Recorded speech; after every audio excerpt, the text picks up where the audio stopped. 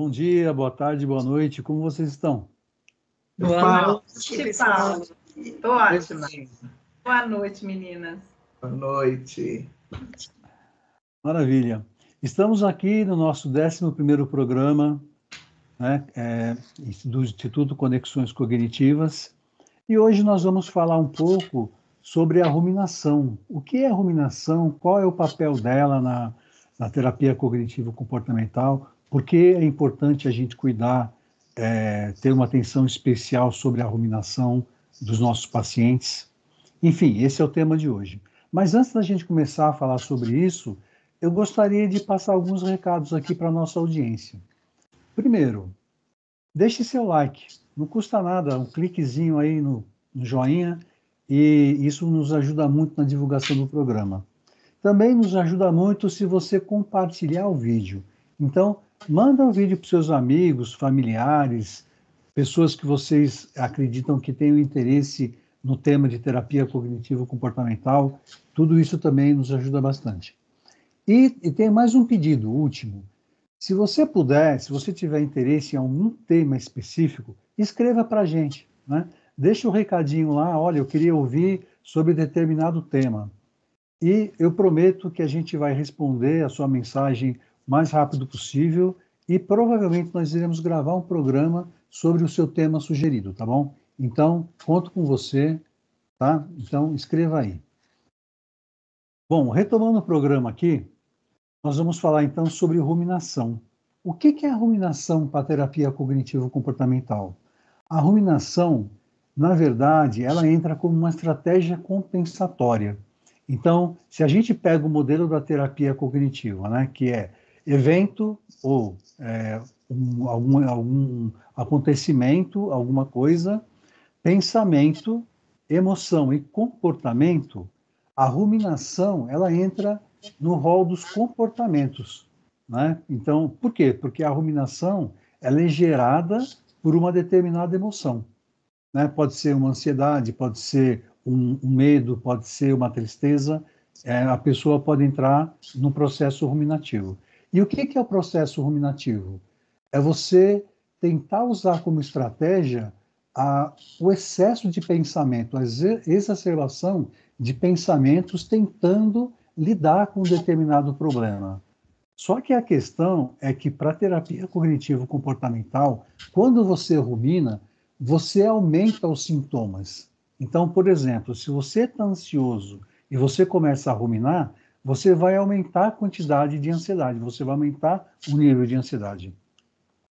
Mas agora eu gostaria de passar um pouco a bola para frente, passar para a minha amiga Cris, para ela falar um pouquinho sobre a ruminação na ansiedade. Você pode ajudar, Cris?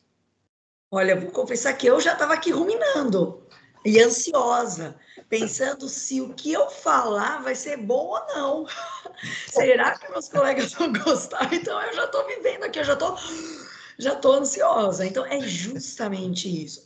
A ruminação é esse monte de pensamentos que a gente, sem querer, a gente faz, que é uma forma de lidar com coisas que a gente não controla. Muitas vezes eventos de um passado muito recente, como que pode acontecer hoje. Então eu vou sair do vídeo e eu posso ficar ruminando. Mas e se eu não tivesse colocado o dedo aqui desse lado da bochecha? E se eu não tivesse falado aquilo? Então, quando eu começo a ficar pensando, principalmente algo que eu já fiz e eu não tenho como mudar, é claro que eu fico ansiosa. Porque vem novos pensamentos negativos, que esse grupo maravilhoso não vai mais me querer junto. E a ruminação na ansiedade é uma grande forma também de prever situações e me preparar. Então, eu começo a pensar na minha reunião, na próxima reunião. E eu já começo a ruminar como eu posso me sair melhor. O que eu tenho que fazer? O que eu tenho que deixar de fazer? Só que qual é o problema disso? Que nada disso está acontecendo agora. Então eu só fico mais ansiosa, achando que ficar pensando, repensando a mesma coisa, isso vai me ajudar em alguma coisa. Mas só ajuda o quê? Eu ficar mais ansiosa. E aí, Neuzinha, será que a nossa amiga depressão também está dentro da ruminação? A ruminação colabora com a depressão? Isso assim, de que forma? Sim.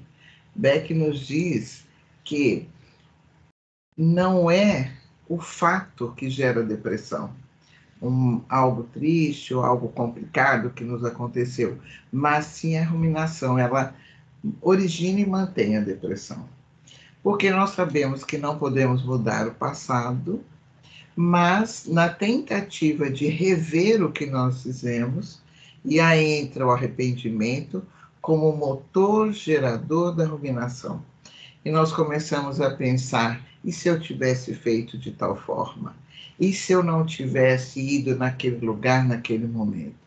Então, a ruminação, ela vai perpetuando aquela tristeza e isso vai aumentando a nossa depressão. É claro que existem curas, não é, Rose, para isso? Nossa, é verdade, né? Olha só, o que vocês trouxeram aqui é tão importante, né? Primeiro, todo esse esclarecimento. Mas e aí, como trabalhar com a ruminação, né? Quais são as técnicas que nós podemos utilizar para trabalhar com a ruminação?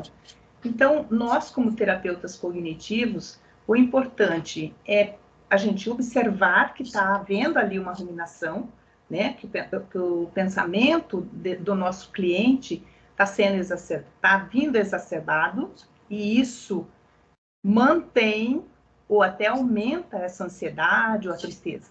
Então, como trabalhar com isso?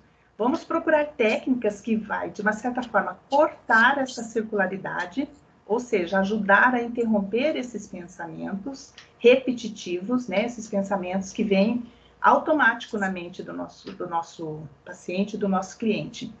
Outra coisa também é levá-los a trabalhar com a distração de pensamentos, né? Por exemplo, na hora que eles estão ali ansiosos, com aqueles pensamentos, né, acelerados, eu sempre costumo dizer que é como se fosse um liquidificador, né? Que está ali rodando os pensamentos, milhões de pensamentos. Então, como que a gente vai cessar? Como que a gente vai desligar isso? Então, desliga fazendo, por exemplo, uma técnica de relaxamento. Por exemplo, mindfulness, alguma coisa onde ele possa voltar a atenção para ele, para sua respiração, se acalmar. Essa é uma maneira de cessar um pouco esses pensamentos. Então, tem inúmeras técnicas, né? Ajudá-los primeiro a entender tudo isso e trazer essas ferramentas para que eles possam lidar com a ruminação. Certo, meninas? Perfeito, perfeito, Rose. Então tá bom, meninas. Obrigado, viu, pela participação de vocês hoje aqui. E eu gostaria de lembrar a nossa audiência que toda quarta-feira pela manhã um novo programa entra no ar. Então, lembre-se de deixar seu like, lembre-se de mandar uma sugestão para algum tema de programa, tá bom? Muito obrigado por sua presença. Um grande abraço. Beijos, tchau. Tchau.